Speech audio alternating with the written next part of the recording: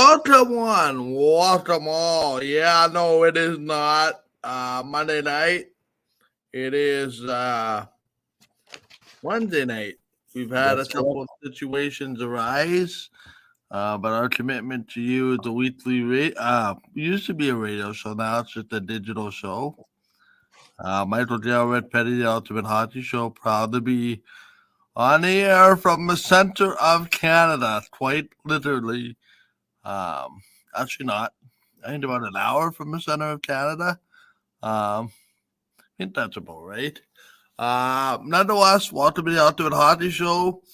Wearing my Can't Play Hockey Classic jersey today, as I had to attend a presentation earlier this afternoon where we raised $7,200 as part of my Can't Play charity event, and we were able to raise enough funds to give an adopted bike to a young lady um, who winds up being a big hockey fan.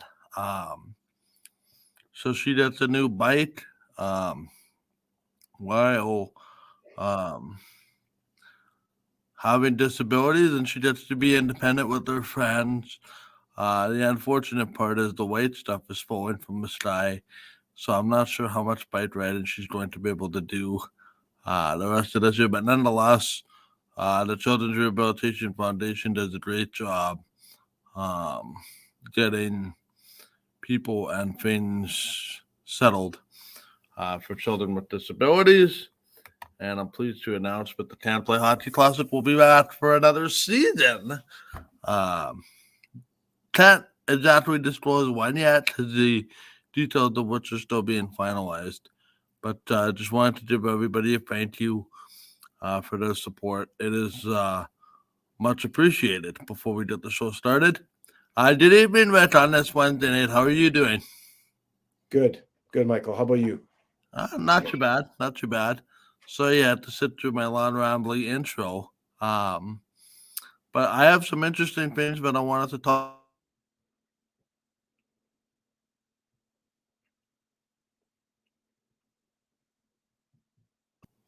Obviously, changed things a little bit with that. Um, just with the day change and the extra game in there. But your thoughts on what the Winnipeg Jets were able to do this week? Well, we talked last week, right? We said, excuse me, sorry, I had a rough night last night. Sorry. We said, considering who they were playing, and then the show got bumped. So, not counting last night's game, they were going to play Los Angeles, Vegas, and Edmonton. And we thought, if they go 1-1-1, that would be pretty good considering who they're playing. And they ended up going 1-2.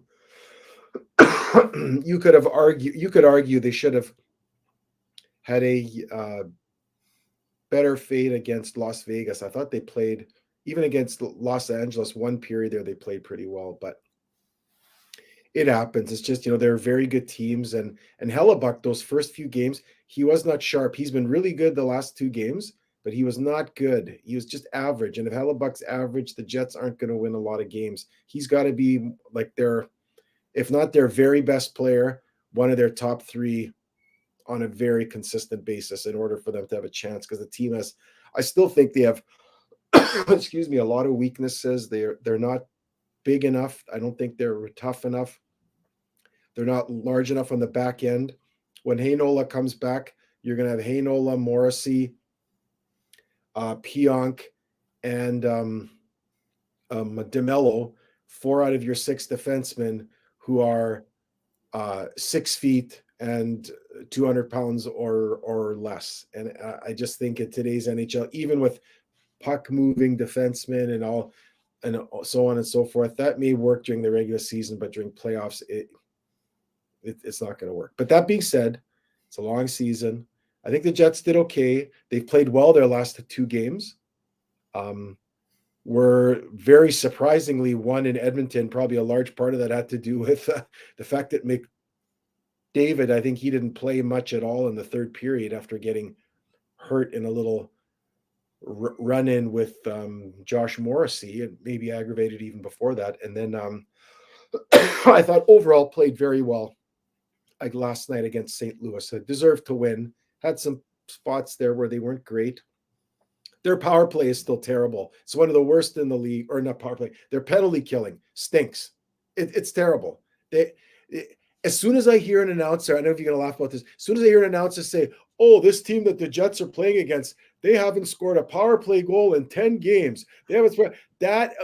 Don't worry. When you play the Jets, you'll score a power play goal. Don't worry, because they're not good at the power or at killing penalties. And you know what? They're also terrible. Well, they're terrible at playing at a man disadvantage. How many goals have they let in where the other team has pulled their goalie and there's been an empty net? I think there's 5 already this year. They've only played 6 games.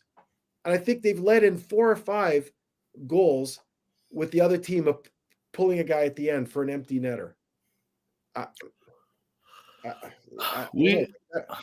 We in the media told that the broadcast changed. When we bring something up and 30 seconds later, it seems to blow up in our faces. But even if you don't say it, you just know it's going to happen. Even if I'd looked that up on the internet, say, "Oh, I wonder what St. Louis's power play is like." Oh, they haven't scored a goal all year. Well, they're playing the Jets tonight. I'm sure they'll get one. Sure enough. Made it way closer to be 2-1 going into the third period after they dominated play throughout the second period. They're up 2-0. They should have been up 4-0. They had power plays. They could not score. They could not get anything going. And then, you know what happens? St. Louis scores a goal with a minute or 30 seconds left in the period, making it 2-1 going to third period. St. Louis had no reason to be in that game at 2-1 at the end of the second period. And there's what it is. So it's just the Jets. I don't know. It's going to be frustrating for me because I just think this is how it's going to be all year long. We're going to have a week where they're going to play really good, and you and I are going to get excited, and I'm going to try to temper, Rick. I'm going to say, pull back. They're not that good. And then they're going to lose 2 or 3 in a row. I'm going to say, okay, they're not that bad. You know why? Because they're right in the middle. They're vanilla middle. They're not fantastic. They're not horrible. They're just an average team. That's what they are. So, but I have a question. Yes. What's it going to take for the same defensive blunders to be brought out of the Winnipeg Jets game? Well, yeah, you're right. It's like how many 2-on-1s did St. Louis get, and odd man rushes and breakaways, and man, like even when the Jets had the power play, like it's just Josh Morrissey, that second goal that they got, actually the goal they got when they pulled the goal, Josh Morrissey just gives us some backhanded pass by his net. He's not even looking. It's just like, what is that?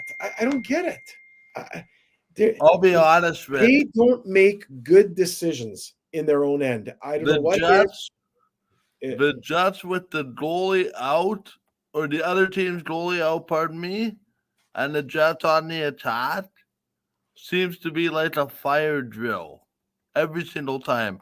And it's not just the last night issue. This goes back to even last season, early in the season. How many times did they give up with the other team's goalie out a goal? To me, that's not necessarily a reflection on the players, but maybe a reflection on the system and the lack of corrections to avoid such errors. Because in my word, if somebody was to say sorry that I did this, I would do everything to make sure that it's corrected and not necessarily done again. But yet we see the same mistake over and over and over again.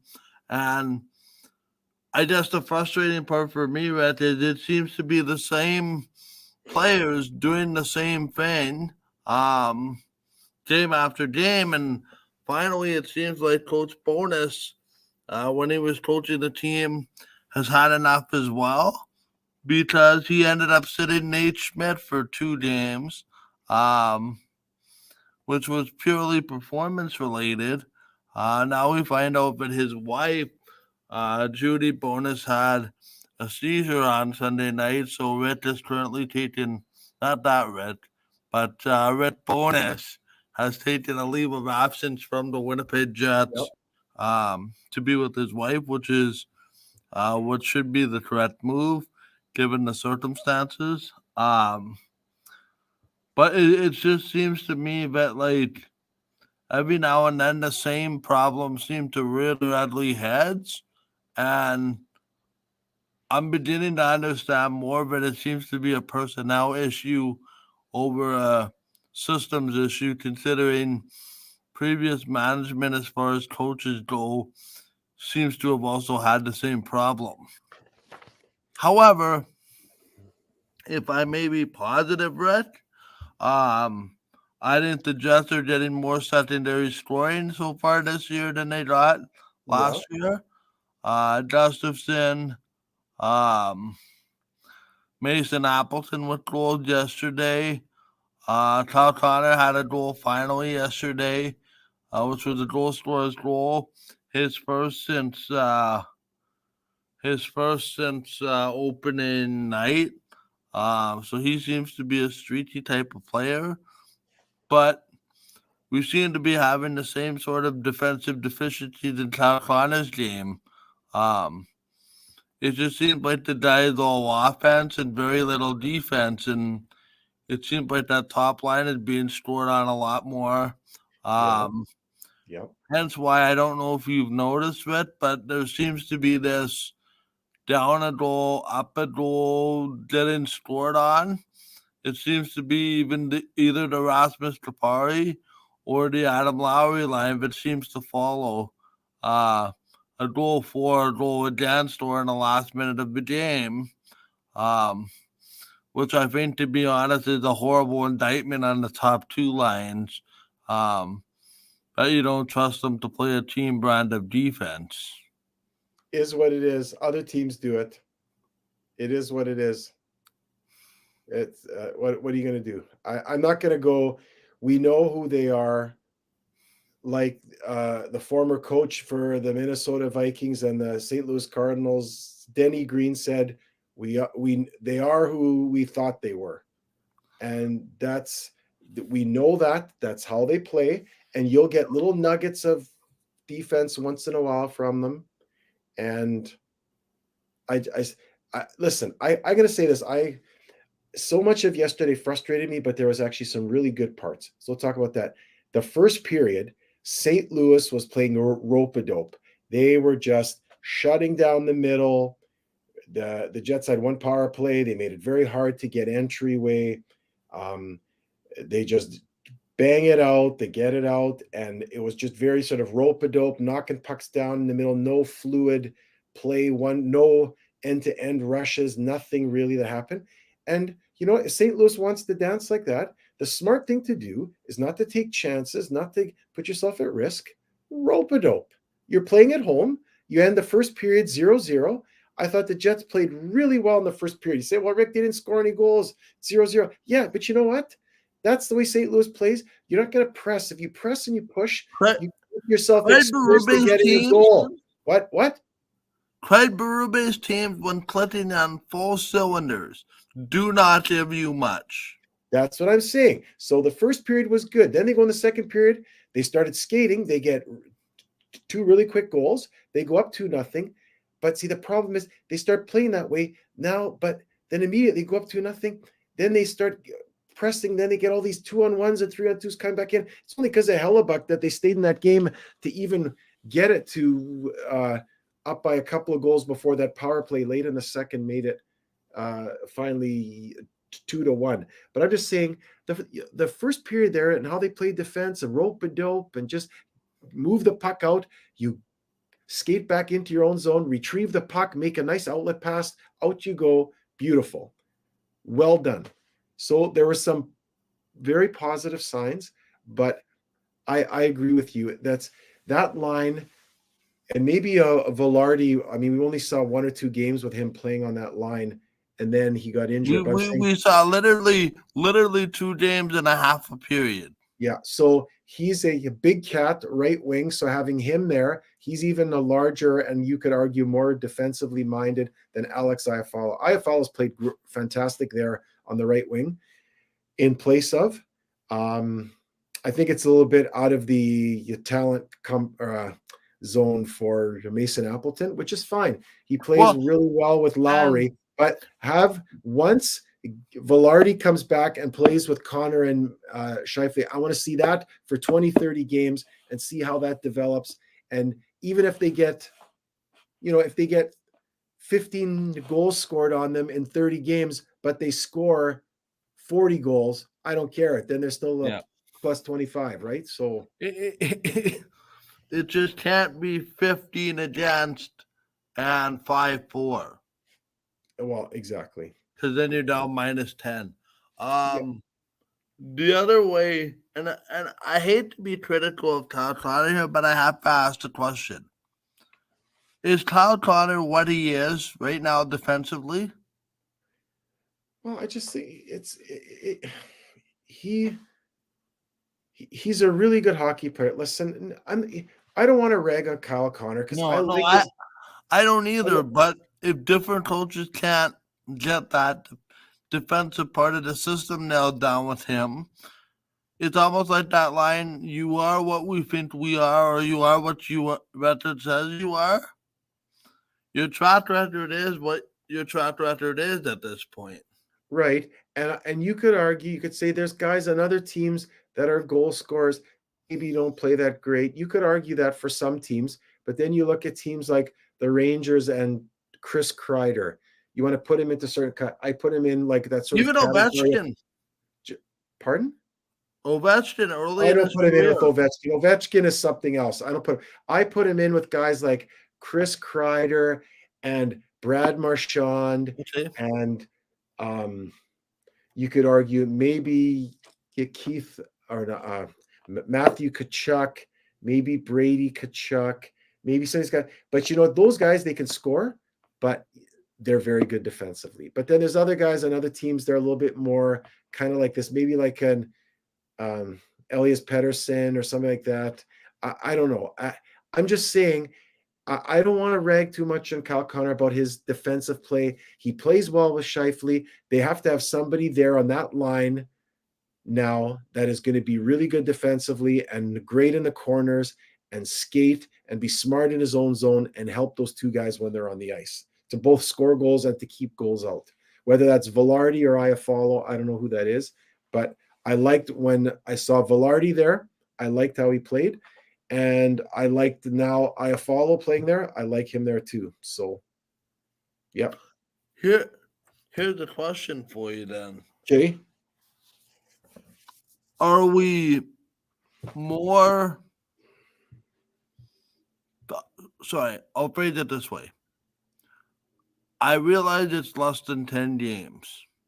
So with that caveat in mind, are we already seeing the dividends of the trade for Pierre-Luc Dubois in the team's defensive ability led by Alex Iafallo, the speed of Rasmus Kupari? We haven't really seen much of Gabriel Velarde, and we won't know what that second round pick is, which is this coming year, for another couple years. Are we okay with what has happened and transpired so far as to sort of what kind of look the Winnipeg Jets give other teams, if that makes any kind of sense? Yes. Because to me, I would put Alex Iafallo in the top 3 of most impactful players on the Jets, maybe minus Connor Hellebuyck and, well, somebody else. But Alex Iafallo to me, top 3 as far as players of importance for the Jets. Rasmus Kupari showing why the Jets like him with the speed and tenacity on the bottom part of the lineup. So I guess my question is that are we okay with the dividends of that trade? Mind you, we'll be comparing it for a while, but Yes. early returns seem to be positive For what Yes. the Jets are trying to accomplish, I guess. Yes. Well, I don't even know what they're kind of. You can only do what you can do. A guy says he doesn't want to be here. You got your back up against the wall. Then he says, "I only want to play in certain places." And certain teams come up and say, "Oh, we're willing to take him off your hands, but in a sign and trade." So you got to go to the right team, and then those teams are kind of forced to give you. So what he got from LA, what Cheveldayoff got from LA is amazing. So to me, to get those three players who can right away step into your lineup, plus a second rounder, it's good. To me, it's the very best scenario you can get for a guy that does not want to be here, who's a superstar.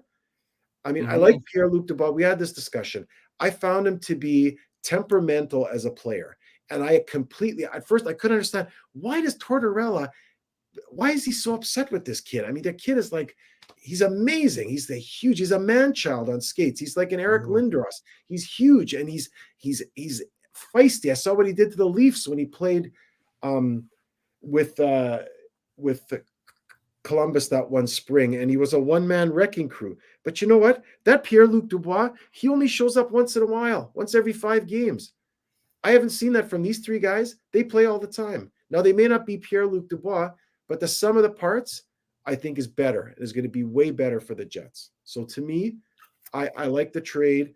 But on the other side, because you're forced to do that, I still think the Jets have to get bigger. Now, maybe they don't get bigger on the front end. Maybe they can get away with it. They have a pretty big first line. Their second line is pretty small with Nemestikov, Perfetti, and Ehlers. That's a tiny little speed line, but that's okay. You can get it one line. Then you got a whole bunch of big boys in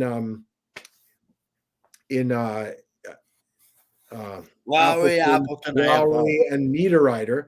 And then you got a line that does a lot of checking, a lot of good defensive work. So, but I think on the back end, I just think that I know the Jets, they don't like to trade. They don't like to do it. Just other teams, they're just willing to do it. Like, yeah, we got to get this is something got to address. Boom, they address it.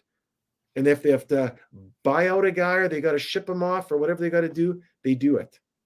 Now, maybe with Schmidt, because he's on his last year, right, of his contract, maybe they just let him play out. He's a UFA, and away he goes. They didn't have to trade much to get him. I think it was a 3rd-round draft pick to get him from Vancouver, I think. But anyway, I just think the Jets got to get bigger as an overall team. And if that's going to be somewhere, I guess it has to be on the defensive side because they don't want to do it, sounds like, on the off or on the forward side. But to me, Rhett, that's not an issue that can be addressed right now. In fact, even this season. How? Unless you trade for guys. Yeah, right? It's not going to be addressed without trading. No. Well, I just think the Jets are they're not like that to make this huge trade in the middle. They did it once in the last 12 years, and that was that Evander Kane out and all those guys in. And that was only because they were forced to do it. Now they're not forced to do it. They're going to choose to do it. And I don't think Chevy's that guy. I think he likes this loyalty thing. When he acquires somebody, he says, no, I wanted this guy. And if he's got 3 years left in his contract, I want him for the 3 years. But if he wants out sooner, okay, then I'm forced to do it. Then I'll trade. And for me, I'm not sure I would do that. If the scene changes for me, I would ship guys out. I'd buy him out. But he's not going to. He's going to let Schmidt play out, whether he signs Brendan Dillon. Brendan Dillon's 31, 30. Maybe he doesn't want to sign him again because he's getting a bit slow of foot. But they've got to do something to address the size on the defensive end. They got Logan Stanley, but is Logan Stanley going to be something or not? I don't know. He gets chances to play. He doesn't look very good when he plays. We've been waiting for his development for 6 years. True. And maybe now everybody's seeing why Paul Maurice and Dave Lowry refused to play Logan Stanley. Yeah. But Rick, what do you say to those people would say, oh, yeah, but he can only get better the more he plays? And if he doesn't really play, how do you expect him to get better? Yeah, but okay. Well, I would answer that with other first-round draft picks. Look how much the Jets had to give up to move up. They had a first-rounder. They traded away that first-rounder plus a second-rounder to move up in the draft to get Logan Stanley. They invested a ton in him, and they expected him to be this monster defenseman, this tough guy, big, like a modern day Chris Pronger, can skate, move the puck, kill penalties, be tough in front of the net. He doesn't do that. So if you're not going to do what the team expects you to do, he's not going to be Cale Makar. He's not. That's a complete. He's not going to be Quinn Hughes. He's not. Right. He's going to be Logan Stanley, but he's got to be Logan Stanley, and he's not being Logan Stanley, which means tough, ornery in front of the net. You make guys pay the price. You make smart passes to get them out of your zone, move your feet, and get off the ice. But he doesn't do that. Right. He makes a lot of mistakes. I just see he makes whatever. I'm not a hockey coach. I just see mistakes. I don't see the same mistakes from other defensemen, from other teams that are first-round draft picks and young guys. Zach Werenski, Seth Jones, Cale Makar. Those are all guys his age. They all know what to do, and they play according to their talent. And Logan Stanley, he's got to figure it out. Okay, you're not going to be fleet of foot. What can you? That means you have to be smart, and you have to be positionally strong. And he struggles in that. And I don't know how to get that through to him. It's frustrating. And I've been one of the largest defenders of Logan Stanley. It drives me crazy because guys say that was the biggest waste of space that the Jets ever spent on a draft picks and blah, blah, blah, blah. He's never going to amount to anything. I say, time, let him develop. Defense would take longer. And it's like, it's been 6 years now, I think, since they drafted him, 6 or 7. You want to hear what I think is a waste of draft capital? What? Brendan Dillon and Nate Schmidt. They blocked the way for young prospects to get into the lineup. Yeah, okay. Yeah, but that was 2 years ago. But it's the same kind of thing. They're not big and agile. And I don't mean to pick on Nate Schmidt, but he had trouble staying in the lineup because he was making mistakes. And because he gets pushed around and he loses the puck in corner battles. Brendan Dillon doesn't lose corner battles, and he doesn't lose battles in front of the net. He takes a penalty here or there, but he's tough as nails. He stands up for his teammates. He always plays honestly. Brendan Dillon, I still think that you could argue, Josh Morrissey's their number one defenseman. For me, after Josh Morrissey, the next important guy on that back line is Brendan Dillon, in my mind. Fair enough, but I still think there was a big miscalculation as far as letting Ben Sherratt go all those years ago. Okay, but that Ben Sherratt, that was that whole, is he staying, is he not staying with Buff? And Buff hurt the team with his, is he in, is he out nonsense. You lose 2 big defensemen, but you plan for to be in your lineup, and opening day, none of them are there. So why don't you... But then last year's draft, why don't they draft somebody big? Right. Why don't you draft a defenseman from the Western Hockey League or the Ontario Hockey League? They don't. They drafted a bunch of Swedes and a bunch of Okay, fine. Yeah. Kobe Barlow, she'll be great. You're not wrong. Like, when I look at what Vegas did to win the Cup, the Jets defense doesn't compare. No. To the Braden Parcells, the Alice Petterangelos, the Shea Theodores, those types of defensemen. And unfortunately, Rick, those type of defensemen do not grow on trees. And that is, I think, going to be the downfall of this management group if they can't get to where they ultimately want to go. And, I don't know... I don't know why we keep seeing year after year forward. Like, to be honest, and you know this, but I don't consider Josh Morrissey to be a stud, a first pairing type of defenseman. No? I think on a lot of teams, and I'm talking the top teams, Colorado, Dallas, Vegas. Really? I put him up there with the Cale Makar. No. But I'm saying, like, I've been on a lot of those top teams. Josh Morrissey is the second pair defenseman. No. He's Cale Is he a Makar. franchise-altering defenseman like Cale Makar? Yeah. He is your Josh best Morrissey. defenseman, but he's an all-star defenseman. He's in running the next 5 years. He'll be in the running for the Norris Trophy every year. He is that good, but he's not big. So that's the thing. He has to. I know he plays with DeMello, and I like DeMello. He's a good, honest defenseman. Again, like a Brendan Dillon. But for me, in the ideal world, and I'll put this out there and see what what the listeners think, what you think. Yeah, and you know what, Rob? If the Jets, let me finish my point. Go ahead. If the Jets have their way, if I could redo the Jets, Morrissey's on the first line with somebody who shoots right, who's big. The second pairing is Samberg. Does he shoot left? I think he shoots left, right? Samberg. Yep. Somebody big with him on the right. And then the last pairing is Dillon and DeMello. They play in the last pairing together. Where does Heinola fit Stanley? I don't want you to do with Heinola. I don't want you to do with Pionk. They're all little guys, or they're guys that can't skate, can't play defense.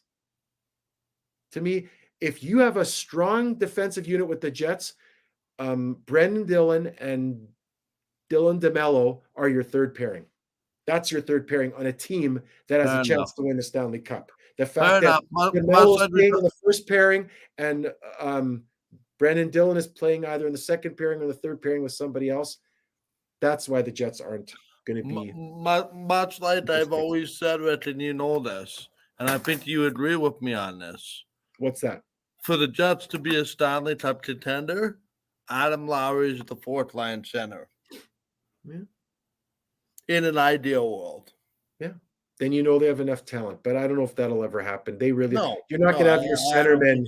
You're not going to have your centerman on your fourth line. You're just not.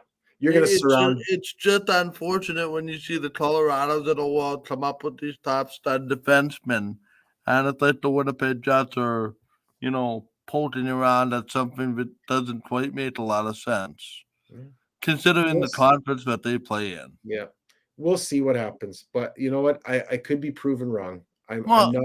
Ask my wife. I'm wrong on lots of stuff. No, and it's absolutely true. You could get to the playoffs, but the problem is, what do you do in the playoffs when those games get tough? Yep. There's a reason the Jets do not have the greatest track record from December onward the rest of the season the last couple of years. Yeah, they get worn down. The games get tougher, those defensemen get worn down. Yeah. So it's interesting, and I'm not trying to pile on the Winnipeg Jets, and that's not what it is. We're just trying to point out some faults that, winning is sort of happening. Yeah. But I don't think it's going to be at a very sustainable level until these issues are addressed. I agree. It's going to be that's all. Sorry, that's all I'm trying to say. Yeah, I agree. Can I sidetrack here for a second? Sure. What's going on, or what was going on with that frozen face-off thing? What's the angle? Is the angle for the NHL to sell the NHL app so that you can jump from the games to games on your phone? Like what's the point? Somebody was telling me it's to sell the app, or it had something to do with the gambling. But here's the thing. Yeah. I am very disappointed being a Canadian last night. Now, I had a lot of other stuff going on last night. Reasons I'll probably get into publicly tomorrow. But this frozen face-off, 16 games, starting at 5 o'clock, going to 10 o'clock, and puck drop every 15 minutes was a good idea, but I couldn't see this red zone type of show that ESPN was putting on in Canada, which I heard was really, really good. Okay, so what was the point of it? You're saying it was this show that you could watch? Yeah, it was the point of it was they had a national window on ESPN to show a triple header, 5, 7:30, and 10 o'clock. Okay. Then the point was to emulate the NFL red zone by showing goals, assists, highlights, hits, goals Oh, on when the something interesting happens in another game, they just go over to that game to show the Yep. fight, So to it's show like the an goal. NHL on the fly. Like you have very little commercials, and you say, "Okay, Kyle Connor has just scored for the Winnipeg Jets. Let's have a look in at the goal, followed by a look in at action. Oh, Connor McDavid has just scored for the Oilers. Let's have a look at that, etc., etc." Is that through an ESPN service, like ESPN's Yeah, it's only a streaming? US based service, which is why I was extremely disappointed. It was not made available in Canada, to my knowledge, and it's a big marketing mistake by this corporation that I used to have my phone bill with when those 16 games. And it's interesting because Rob hits on something I'm trying to say, and I'll post a comment. We can discuss it. The Frozen Frenzy was a complete disaster because it was aimed at making Americans more aware of the game down south. Most Americans have more interest in football, baseball, and basketball. Example: no college football yesterday, you're fine. You had NLCS game number 7 yesterday.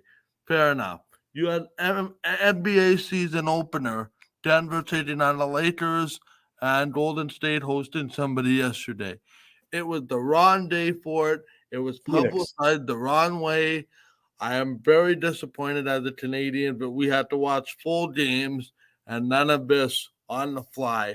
Because for me, I would have enjoyed that red zone type of Okay. appeal. You know, take me here, take me there for the most exciting moment in hockey. And And I've been fortunate missed the mark yesterday. but you know what? But I could argue or say argue this, but I think Okay. the whole point of this was not to bring on or was not to like you're going to be a hockey fan no matter what. If they put hockey on a if they force all Canadians just to watch hockey games on a black and white TV, you and Mm-hmm. I would still watch hockey Right. on the black and white TVs because we love hockey. So And you're that's not going suggesting to is change. this But the here's my rebuild? point. But let me finish. Let Yeah. me finish. I'm saying the Yankees, they don't care that much about hockey. They don't understand the game. Right. So maybe they're the whole angle with the Jets or the NHL and ESPN is to make it like you say, like NFL red zone, and you jump around, whatever. See, for me, you're saying, or for you, you're saying, oh, I love that. For me, I wouldn't like that. I don't mind that for NFL, but first of all, I don't watch NFL and I don't watch NHL on my phone.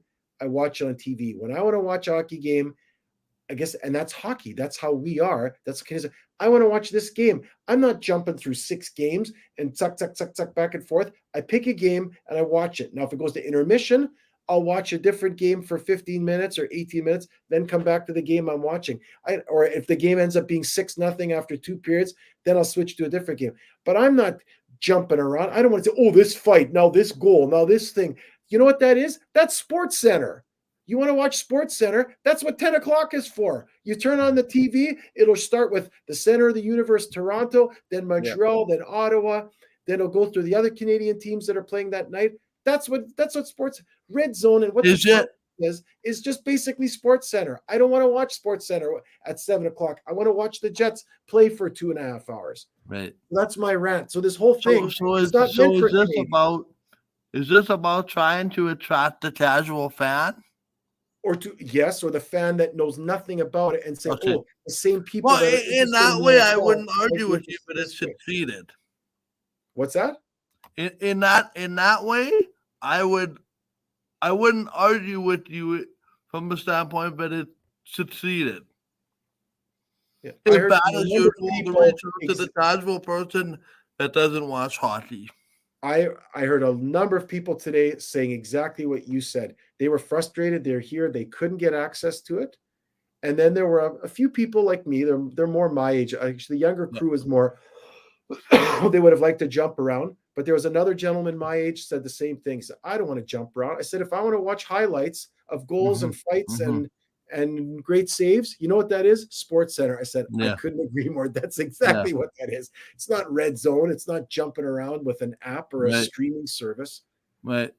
But anyway, it was on ESPN2 yesterday too. ESPN2, so it was on TV to an extent. It was interesting because I think Samsonov won't see the Toronto net anytime soon. The way Joseph Wolf seems to have taken that net over. I didn't ask this, but we have this discussion every year, and it seems to me like I hit a big red button. It's called the panic button. Although this thing is red here, but it's not a button, and I'm not about to push it down.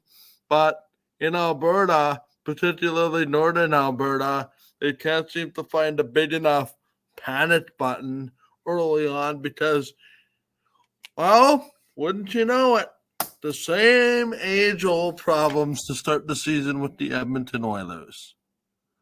Here we are again. Thoughts, opinions, suggestions?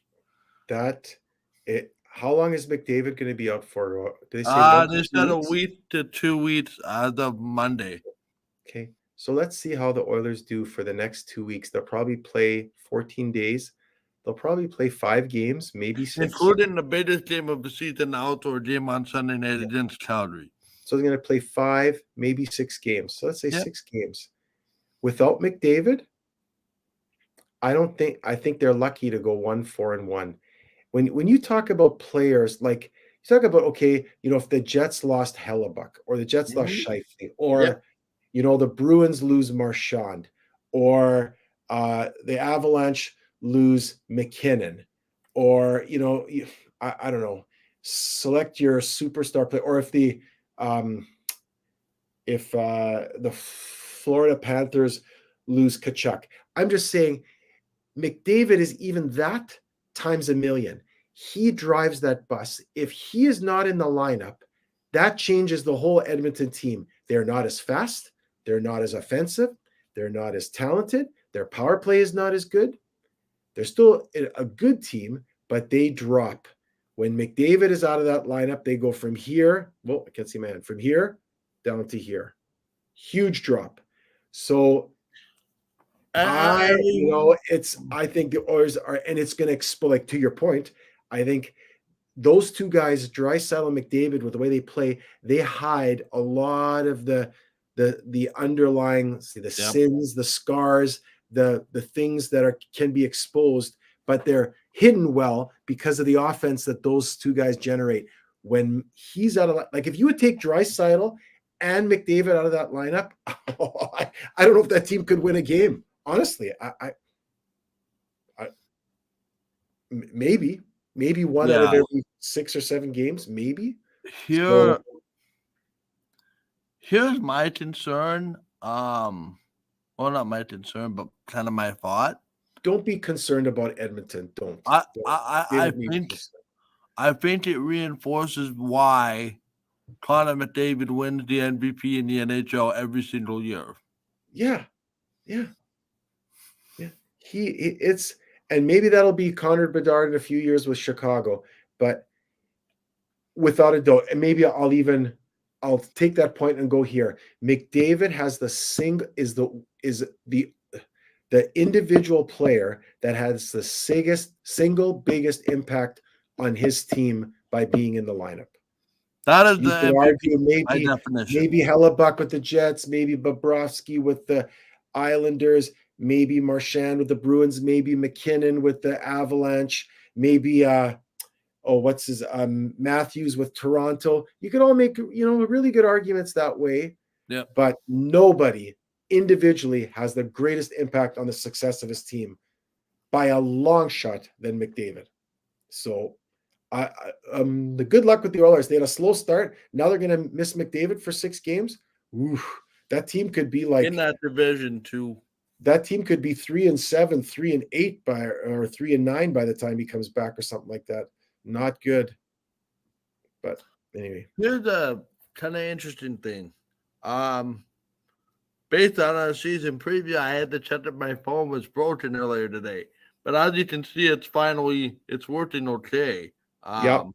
By the way, Washington and New Jersey tied at 3 in the second period, Oh, and the wow. game's only game in the NHL today. When I click the standings button, my phone's not broken. The Boston Bruins are 6-0. How are they doing it? Who's playing center on that team? Good question. I don't I know. know. It's the Bruins, the Vegas Golden Knights, and the Colorado Avalanche, right? I think the only three teams that are still undefeated. Correct, yes. Yeah. And they're three very good teams. And there's a reason why they're undefeated. 6-0 Boston, 6-0 Colorado, 7-0 Vegas, 4-1 Dallas. Yeah. Those are all very good teams. Very good teams with very few weaknesses. I mean, you got a team that won the President's Trophy there, and the other two teams have won the Cup the last 2 years, respectively. So you got three. You could argue those are the three best teams that have been the three best teams in the last 3 years, and they're undefeated this year. And considering the change that the Bruins went through, that surprises me. You should maybe, while I'm talking here, are you able to pull up the Bruins lineup? Yep. Just to see. I'd be interested to see like who's playing center on the first and second line. Did they maybe move like DeBrusk over to center? Or did they move Pasternak to center? Pasternak wouldn't play center, would he? I don't know. I don't know. I don't know who's there. Like I have no idea who they brought in and who they signed or who they moved up on their team. Is one of the Foligno boys? Is he there? Charlie Coyle is the center. Yeah, but he's been playing third line center the last few years. But maybe they bumped him up. Rookie Matthew Polchaz is the center. Okay. Morgan Gigi is the center. Who? Morgan Gigi. He's very young, right? Yeah, he's from Seattle. So he's like a second-year, third-year player? A little bit more than that. You're thinking about his brother Connor, who's in the WHL. He used to play for the Ice. But they didn't trade. No, but he's a fourth or fifth year NHLer. But he used to be with Seattle, and they traded for him. Carolina. Seattle picked him up in the expansion draft from Carolina. Right, and then how did he get to the Boston? That's what I'm wondering. Right, and then he signed in Boston. Oh, he was a free agent? Yeah. Oh. Yeah, he was non-tendered. Oh, wow. Okay. Yeah, he was let go. Okay. And non-tendered as an RFA. So those are your centers, basically. And the Bruins but if you have really good wingers, then that's okay. And the Bruins signed Shattenkirk too. They have him in there. Yes, they did. Yeah. Yeah. Matt Grzelcyk, Hampus Lindholm, Derek Forbert's a defenseman on the Bruins. Amazing. He could. Really? I wouldn't even put him in the third pairing with Winnipeg, and he's playing like a ton of minutes with the Bruins. He's on their first. Sorry, I need a drink of water. He's on their first penalty killing unit. He's on the ice at the end of the game when they're protecting a 1-goal lead. I don't. Amazing. And yet I thought he was nothing special here playing with the Jets. So it's interesting. Even I'm looking at the bottom of the Atlantic Division. Yeah. The Buffalo Sabres are in last place and their record is 3-4. Yeah. Detroit's 5-1-1. Why I'm heading talking about Detroit is that's the Winnipeg Jets next game. What do you expect tomorrow in Detroit? Saturday in Montreal, and then that's Monday when Blake Wheeler returns against the New York Rangers. I think the Jets are Yeah, the next 3 games, those are gonna be tough games. It doesn't get any easier. Like, Detroit has looked No. really good. Detroit looked really good. Montreal's always tough at home.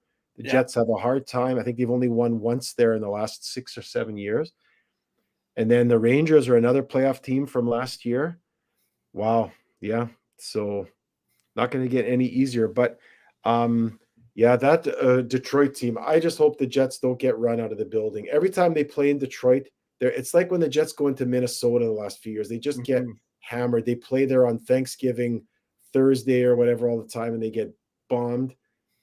And I just, my recollection for Detroit too is they've not played well there the last few years. I hope that they play better tomorrow night. I just wish they'd come. If they play that game like they played the first period against St. Louis at home, that's the way to play Detroit. Play smart, play defensive, rope a dope. You're on the road. Let your score a goal or two and you're on the power play. Play well defensively. Hope for a tie going into the third period. And How then about you? stop Alex DeBrincat from scoring 82,000 goals. Exactly. That is a man. I saw that lineup. They have some good players on that team. Boy, that Steve They do. Yzerman very quietly has put together a very good team. Their defense is kind of an interesting blend. They have Olli Mata there from LA and Pittsburgh. They got Sherratt there from Montreal and from the Jets. They got that Cider, who's a real. I More think Snyder, yeah. that's their own draft pick there. Who else do they have in the mix there defensively? They got some interesting pieces, and then on forward, I mean Andrew Kopp, Larkin. You just mentioned DeBrincat. They got some talented hockey players on that team. Wow, I think Detroit is one of those teams that I fell asleep on when we were doing our season analysis at the beginning of the year. And the way they're playing, I mean, barring something like that, they get some injuries or maybe the goaltending falls apart. Is James Reimer their number one guy? I know he's one of their goalies. I'm not sure he's their number It's one Billy guy. Husso. Husso, okay, and then Reimer's the backup. I was saying maybe if they have a little bit of trouble with net mining, but Husso's been really good the last few years. I think Detroit is a sleeper. I think a lot of people are going to be surprised by how the Red Wings do this year. Are And you it hurts me to say Are that. you picking the Red Wings to make the playoffs if you have a do-over? No, I don't do do-overs like that. This isn't playing golf and No, I know, but no. I think if they would get to the playoffs, it would not surprise me at all because they have a very good team. They've got some very good young players, and yeah, they're really, and all those guys want to be there. It's not like 5 years ago, 7 years ago, a lot of the Detroit was sort of this place where guys got traded, sort of like Arizona, where guys got traded. They didn't want to be there. They weren't very good. It was just kind of a dumping zone. And then they drafted Dylan Larkin. And then since Larkin, they've just been adding players. Since Yzerman got there, he's just changed the whole mentality. Like, we're going to be a playoff team. We are going to be good. And he was, all his acquisitions, everything he does is to improve, is to get better. I want to be a playoff team. And he's just brought in a lot of really nice pieces on that team. And they're all around the same age. I mean, they have a few older guys here and there, but let me just that name a core is few. young and good. What's Let that? me just name a few, even though you did. Larkin, DeBrincat, Cosmister, Cider, Raymond, Sprawn, Valeno, JT Comfer, Andrew Kopp, David Perron, Justin Hall, who's Yeah. leading the lead as of 2 nights ago in plus minus. And the guy got shoot off an island in Toronto. Yep. Exactly. Amazing. And some of those guys like that, JT Comfer, I mean, played with the Avalanche. He's a winner. He knows how to win. And then Andrew Kopp, very good defensively. David Perron, everywhere he goes, he makes his teammates better. He always impacts, whether that was Vegas, St. Louis, everywhere he goes, he's just quietly just a very smart player, improves the offense of his team, improves the guys who play with him. A veteran guy, yeah, that some smart pickups for that team. Really quickly over on Game Time Radio after this show is done, if you want to tune in, The second period is just underway between the Winnipeg Blues and Winnipeg Freeze. You can check that game out on Game Time Radio after our show.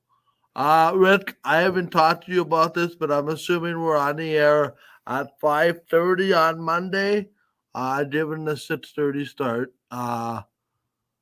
with the New York Rangers. That is totally fine. So really, then we have to pick. The Jets are on the road for the next two. So what are they going to do? I say I would be thrilled if they go 1-1. So I think they'll go 1-1. I'm going in the deep end of the pool and saying they're going 2-0. Wow.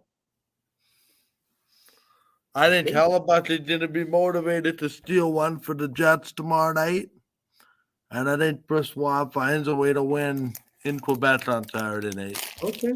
Yeah. Yeah, they're one of the highlight games on Hockey Night in Canada on Saturday night, right? Yep. Yeah, and then there's the national game on Monday with Blake Wheeler returning. I want to talk about Blake Wheeler because he hasn't had the best of starts, but no, well, we chatted a little bit about him last time, but yeah, we could talk about him next show.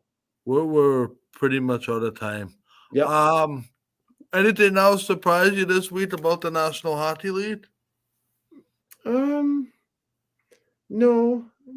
Everything is, well, we talked about the things that we were surprised about, or the things that we're, that we're watching, that we're aware of. No, maybe the one thing is I'm surprised at how well Vancouver has been playing. They're 4-2. Yeah, they've really played well, and surprised considering that the defensive core is nothing. So maybe that gives hope to the Jets. You play your system, you have some really good goaltending, and you can win with guys that are on paper anyway somewhat average. But here's the thing, Rich. We're not talking about game 68, game 69, game 70 here. We're talking about game 5, 6, and 7. I know. It's still early. There's going to be a market correction, I feel, in the standings at some point. Some teams just start better than others right now.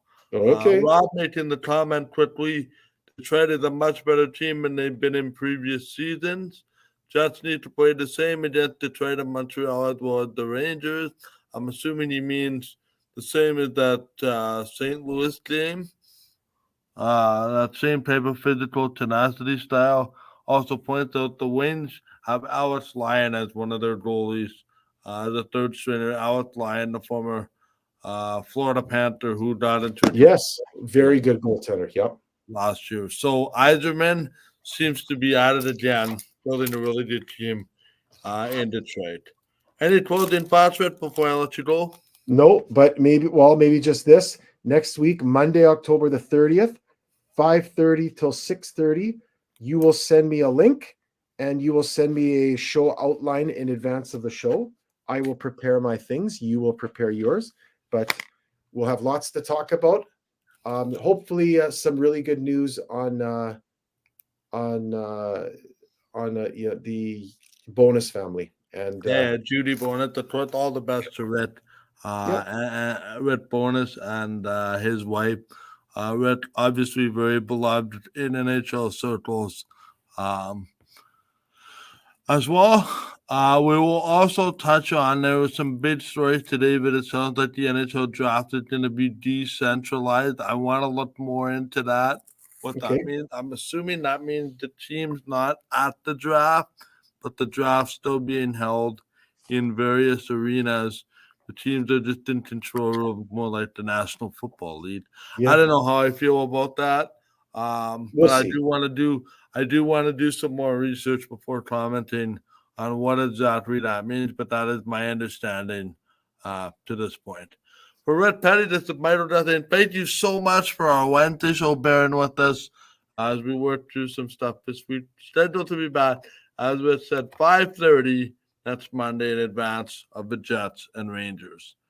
For Red Petty, Michael Dutton, have a great rest of your night. Rick, I'll talk to you off screen for a minute once we wrap up here. Good night from Winnipeg. And we'll talk to you on Monday. Good night.